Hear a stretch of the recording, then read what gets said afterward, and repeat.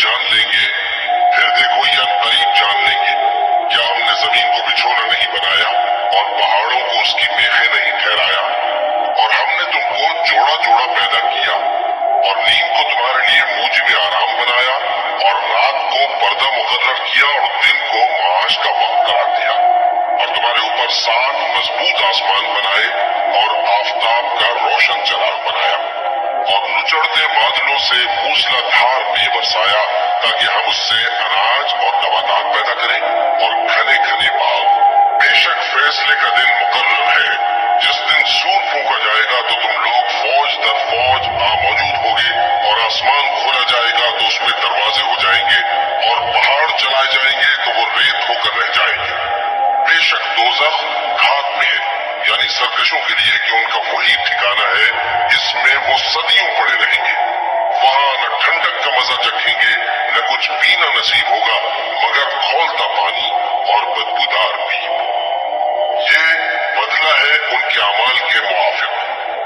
ये लोग हिसाब आखिरत की उम्मीद ही नहीं रखते थे और हमारी आयतों को मुसलसल झुठलाते रहते थे और हमने हर चीज को लिख कर महफूज कर रखा है। सो अब मजा चखो, हम तुम पर अजाब ही बढ़ाते जाएंगे। बेशक परहेजगारों के लिए कामयाबी का घर है, यानी बाग और अंगूर और हम उम्र भरपूर जवान औरतें और शराब के छलकते हुए जाम।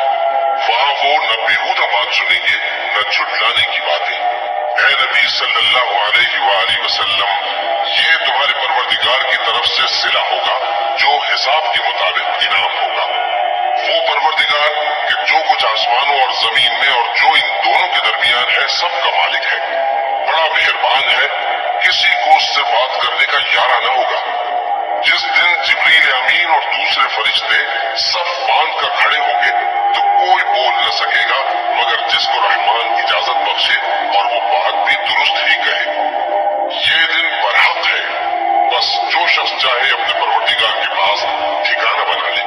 हमने तुमको अजाब से जो करीब आने वाला है आगाह कर दिया है, जिस दिन हर शख्स उन अमाल को जो उसने आगे भेजे होंगे देख लेगा और काफिर कहेगा कि ऐ काश मैं मिट्टी होता।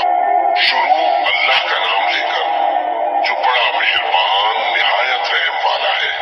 उन फरिश्तों की कसम जो डूब कर काफिरों की जान खींच लेते हैं और उनकी जो मोमिनों की जान आसानी से निकालते हैं और उनकी जो तैरते हुए जाते हैं फिर लपक कर आगे बढ़ते हैं। फिर दुनिया के कामों का इंतजाम करते हैं कि वो दिन आकर रहेगा जिस दिन वो जलजला आएगा, फिर उसके पीछे और जलजला आएगा। उस दिन लोगों के दिल खौफजदा होंगे और आंखें झुकी हुई। काफिर कहते हैं क्या हम उल्टे पांव फिर लौटेंगे? भला जब हम खोखली हड्डियां हो जाएंगे तो फिर जिंदा किए जाएंगे? कहते हैं कि ये लौटना तो सरासर नुकसान का लौटना होगा। तो बस वो एक डांट होगी, उस वक्त वो सब मैदान हश्र में आ जमा होंगे। भला तुमको मूसा की हिकायत पहुंची है जब उनके परवरदिगार ने उनको पाक मैदान यानी दुआ में पुकारा और हुक्म दिया कि फिरौन के पास जाओ कि वो सरकश हो रहा है।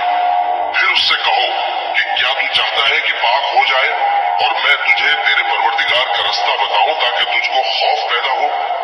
गरज उन्होंने उसको बहुत बड़ी निशानी दिखाई मगर उसने झुठलाया और न माना।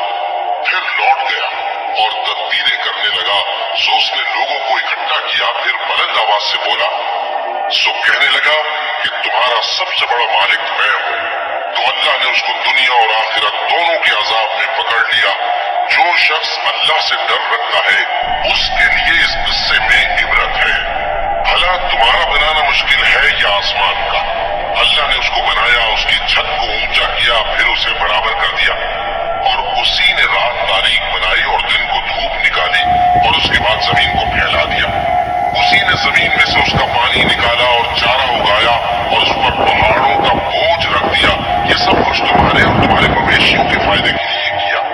फिर जब वो बहुत बड़ी आफत आएगी उस दिन इंसान जो मेहनत वो करता रहा याद करेगा और दोज़ख देखने वाले के सामने लाकर रख दी जाएगी।